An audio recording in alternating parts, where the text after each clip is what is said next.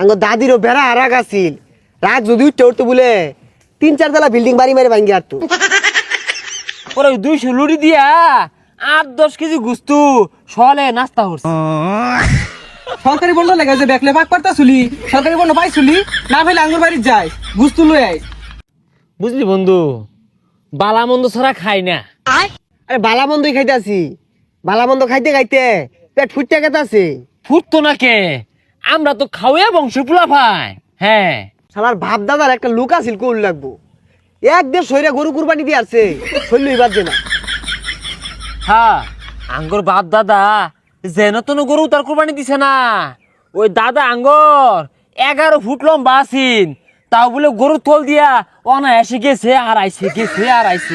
তাহলে বুঝো কত বড় গরু আছেন ওগুলা। আঙ্গর দাদা এরুম বড় হার কুরবানি দিত, ওই যে তলে লটকে দেয় না, ওটি মাড়ির লোকে শেষরা গেলে মাড়ি খুঁজ থাকে তো। আরে তোর দাদার এই গপ্পটা আমি শুনছি। এই বাড়ি ফাঁস দিয়ে খালটা গেছে না, এই খালটা যে খুঁজছে তোর দাদা বলে এই দাদা আমরা গরু লয়ে গেছি, এই খাল হয়ে গেছে গা ওই সস্তানি খায়া, বুঝছ? তোর দাদাও তো কমরছে না, তোর দাদার এদুম এক বড় গরু আছিল, সকালে উঠতে বলে একটু চেনাইছিল, পরের দিনই বন্যা হয়ে গেছে গা। তাও কোনটা জানস? 88 বন্যাটা হয়েছে না, এটা তোর দাদার গরুর লেগেই বলে হয়েছে। হ, আঙ্গর দাদা ওইরকম বড় বড় গরু কুরবানি দিত। আর এই পানি যায় কই নামছে জানস? কোন এই কক্সবাজার। আমি গতবার কক্সবাজার গেলাম না, যা ডুব মারছি, খালি গরুর সেনা লাগে নুনটা নুনটা। পরে কটল ইউজ করলাম এই কক্সবাজার পানি রে কইতে কয়েক লোকে গরু কুরবানি দিবা আনছিন, সেনাই দিছিন ওই পানি বলে 90%। শালার একটা লোক আছিল কোল লাগবো, তোর দাদা নেই 11 ফুট আছিল, আরো হানার মানুষ 5 ফুটই হয় না। আসলে একটা দিনই গেছে, কি বড় বড় গরু কুরবানি দিছে, তাও অত কথা বাতা আসিন না। আর ও হনার যুগে পুল্লা ফুল্লা গরু কিনে রায় ফেসবুকে ডিজে গান দিয়ে স্টোরি মারে। আর শালারা ভেড়া খাওয়াই আছিল, এর লিগে হন অবাক। এ হে, তুই তো ঠিকই কইছস। আঙ্গর দাদি একদিনে 20 কেজি চালের ভাত রাঁধছে, এটা দেখা আঙ্গর দাদা দাদির যে কি মাইট দেয় দিল। 20 কেজি চালের ভাত তো 100 দেয় হইতো না, আর কি রানলি 1 মনে রানলি নাকি? তোর দাদা যে এত খাওয়াই আছিল, এত সব তোর দাদি রানতো কি আমাদের?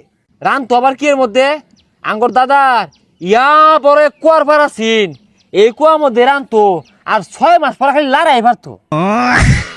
আঙ্গ দাদিরও বেড়া আর রাগ আছিল, রাগ যদি উঠতে উঠতে বলে 3-4 তলা বিল্ডিং বাড়ি মেরে ভাঙ্গি আর তো। এ হে, তার মানে তোর দাদার আগে বিল্ডিং আছিন না? আচ্ছা এগুলা কথা বাদ দে, এগুলা কইলে 6 মাসেও শেষ হইতো না। শেষ হইতো না। আচ্ছা সকালে কতটি খাই মারিছিস গুস্তু? আর কি এর কত্তরি 15-20 কেজি গুস্তু একবারে রানছে, বুঝলি নাকি বোন? আর পোলাও গুস্তু বাইরে আমাদের গইর ভাত আছে, পোলাও দিয়ে আর মন ধরে না। পরে ওই 200 লুড়ি দিয়া 8-10 কেজি গুস্তু সলে নাস্তা করছি। এ তোরা ইনো কি হর সরকারি বন্ধ লেগে যে বেকলে পাক পারতা চুলি সরকারি বন্ধ পাই চুলি না পাইলে আঙ্গুর বাড়ির যায় গুস্তু লই আই। ঈদের দিন গুস্তু না খাইলে খারাপ দেখা যায়। এই চালু এই গিয়া তুই কইছস কুরবানির আমাদের আত্মাটা আমাদের একটু গুস্তু পড়তাছে না, আর বাপ দাদারা যে কুরবানি দিত যা কি আর করার। আর থহালে বাপ বেজার কথা অগ কথা কইলে সারাদিনে শেষ হইতো না। কি বড় বড় গরু কুরবানি দিত, ই হাড়া ডুবা বলে এবারে মহিলাই দিত, যা পাও 3-4 লইয়া খাই। ওইটা বাদ দে, যা আত্মা মাথা জ্বালা দিই গা।